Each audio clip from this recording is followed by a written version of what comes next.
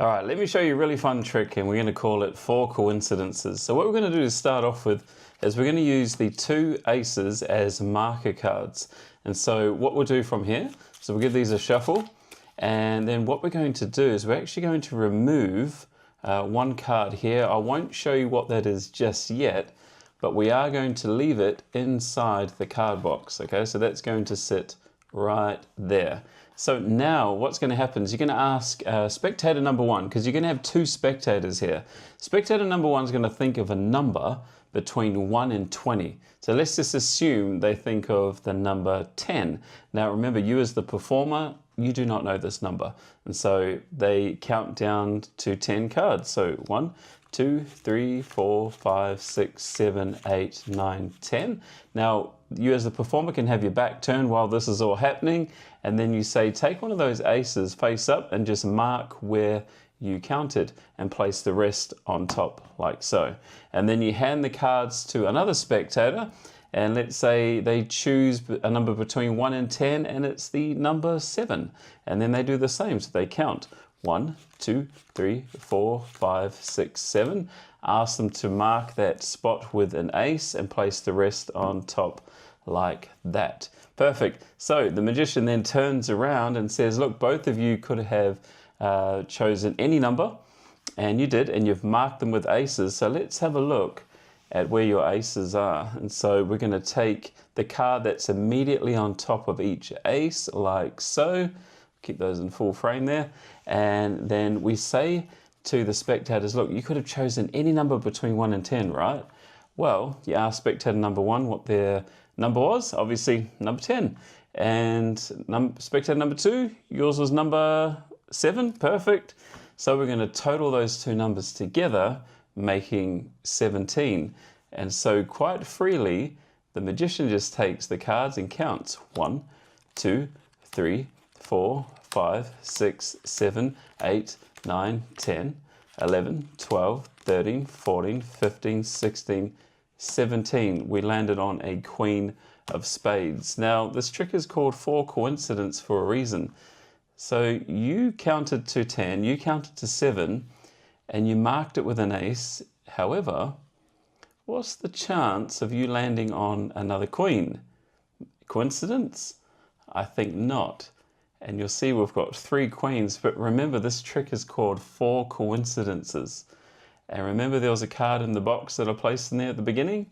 Well, if we take a look, you might find that this card here is also a queen. What a coincidence. Okay, let's take a look at the mathematical explanation for this great effect called 4 coincidences. Okay, so what you need for this will be you can choose any marker cards that you would like. In the presentation, the 2 black aces were used. Some people would use jokers. That would be fine as well. Okay, and then 4 queens, all 4 queens. Okay, so let me just explain this notation here. I'm using kind of specialized notation that Norman Gilbreth introduced.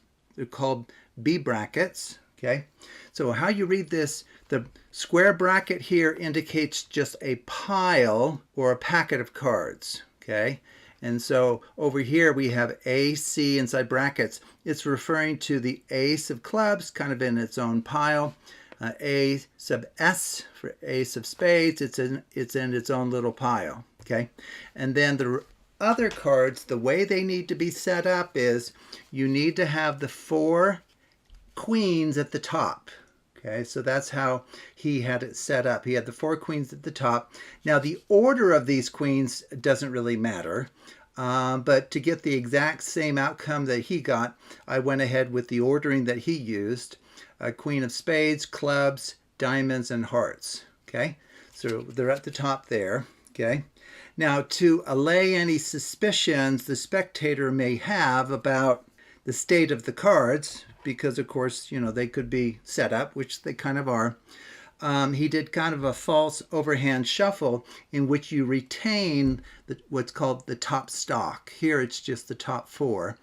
But it's good to take about 10 to 15 cards. So what you do is you hold the cards in preparation for an overhand shuffle, and then you just pull off a good chunk of cards, block of cards like that, and then you just go through from here. This is a genuine overhand shuffle. Okay, it's very messy, and that should really convince most people that the cards have been at least scrambled a bit. Okay, and then what he did was he looked through the cards, and of course he didn't show us what he was doing, but he was looking for the queens. Okay, the queens will be down here somewhere. The queens are right there. Sorry if I can show all four. Okay, so what you do is you identify the third queen from the top. Now the top of the deck is over here, so 1, 2, 3, that would be the queen of diamonds. So what you do is you take that, you don't show the spectator, and you put that on the table. This is going to be like our special prediction cards. Now the packet really should go back together like this. I mean, that's the order in which it was set up. But instead of doing that, you reverse the halves, or the portions, I guess. They're not really half of the deck here. And so what that will now do, let me just go to the next line here. I guess I should have advanced a little bit here. So this is after the overhand shuffle. We've moved the 4 queens kind of somewhere in the middle. Okay. And then what he did was he set aside this one card. You can put it inside the box there. The Queen of Diamonds. Okay. And then the state of affairs for the deck now will be that you have the Queen of Hearts on top, Queen of Hearts, and then you have the 2 black queens at the bottom, which you do. Queen of Spades, Queen of Clubs. And we still have our aces over here. Okay. So that's kind of the situation for the remaining cards right now. Okay. Do you remember what he did next? He asked for a random number from, let's say, Spectator 1, a random number between 1 and 20, okay? And we'll go ahead and just use the numbers that he used. So let's say they choose 10. So 1, 2, 3, 4, 5, 6, 7, 8, 9, 10. And then he dropped this one on top. Now remember, what's at the bottom here? We have 2 black queens, and in particular, the Queen of Clubs is at the very bottom. So when he set the whole packet on top like that, it just puts the Queen of Clubs face to face with the Ace of Clubs. Okay, so what we're looking at is the Ace of Clubs is gone, and it's because it's down here near the bottom. Okay, so we still have the Queen of Hearts, and now, because we dealt out X cards, the way to think about that is the Queen of Hearts is one of the X number of cards, or here 10. So that would leave an additional X minus 1, or 9 cards above the Queen. So 1, 2, 3, 4, 5, 6, 7, 8, 9. Okay. And then we'll arrive at our Ace of Clubs, which is facing upward, right? And then from there, we'll get the Queen of Clubs, and then the Queen of Spades. And then the other cards, we don't really care what they are. Okay, so that's kind of the state of the packet before the second spectator chooses a number between 1 and 20. Okay, so I'm just pointing out that we have this number. These cards are below that first Ace of Clubs. Now, when the second spectator freely chooses a number between 1 and 20, we go ahead and deal that out. So I think in the original presentation it was 7. So 1, 2, 3, 4, 5, 6, 7. You put the second ace, the Ace of Spades, on top. Now, do you remember what we do? We take the entire deck and put that on top. Now that's going to put the Queen of Hearts face to face with the Ace of Spades, which is what we want, right? Okay. And now from here, let me set aside, now remember our special card over here is the Queen of Diamonds for the final stage of the reveal. I'm going to put it off entirely because I don't have a lot of screen space here. Okay. Do you remember what he did next? Okay. Well, it's going to be hard for me to do here, but I guess we can do it. Maybe. Oh, I think you can see it now. So he spread out, he ribbon spread the cards, and he said, okay, wow, let's look at our marker card, the ace of clubs, and the card face to face with it, like that. Oh, here's our other marker card, ace of spades. What card is face to face with that? I don't know. We'll find out in a moment. And then you just close this up. Okay, and that's important to kind of close it up as is. Don't rearrange the portions that are created by removing these two pairs right here. Okay. So before we pulled these out, we had the Y cards that were dealt to the table. We set the ace of spades on top, and then we put the rest of the packet on top. So right before we pulled out these pairs, this was the state of the packet, or the deck, okay? And now, when you pull these out, so now we're creating these two little pairs that we'll set aside for later, for the reveal. So you're just pulling those out. So essentially this will come out, those two will come out, come right over here, and then these two come out right over here like that. Okay, well, just look at what's left. We'll have all of the cards that were above the queen of spades. Then we have this, these are gone. Remember, these are gone. So we'd go from here, jump over to here, which is the x minus 1. These are gone. So we would jump over here to the y, which is what we have right here. And now we have these two new little piles of 2 cards each right there. Okay. Now, to finish, all he did was, so we have the deck here. So this is what it looks like. The remaining cards here, he flipped them face up. Okay, well, what will that do? Well, if you flip this thing face up, it reverses the position of all of the cards. So we had Y cards at the bottom. Now we have Y cards at the top, followed by x minus 1 cards that were above. Now they're below. And then we had a queen of spades above these. Now a queen of spades will be below those. And then whatever cards remain. Okay. Now the important thing is, look at how many cards, including the queen of spades, we have from the top. Well, we have the Y cards, and then we have x minus 1, and then the queen of spades counts as one card. Well, the total number of cards right here is x plus y, okay? So what we did then is we had the spectators identify, okay, what were your secret numbers? And of course, for the first person, it was a 10. For the second person, it was a 7. And we said, okay, well, let's go ahead and add those.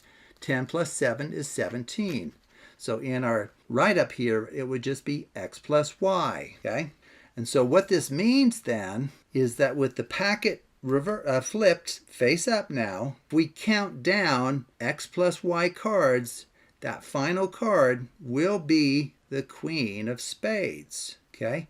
And so that's what we're doing here. So we have them add their numbers. It ends up being 17 in the particular routine. But in general, it would just be the sum of their 2 secret numbers. So we just count down 17, or x plus y.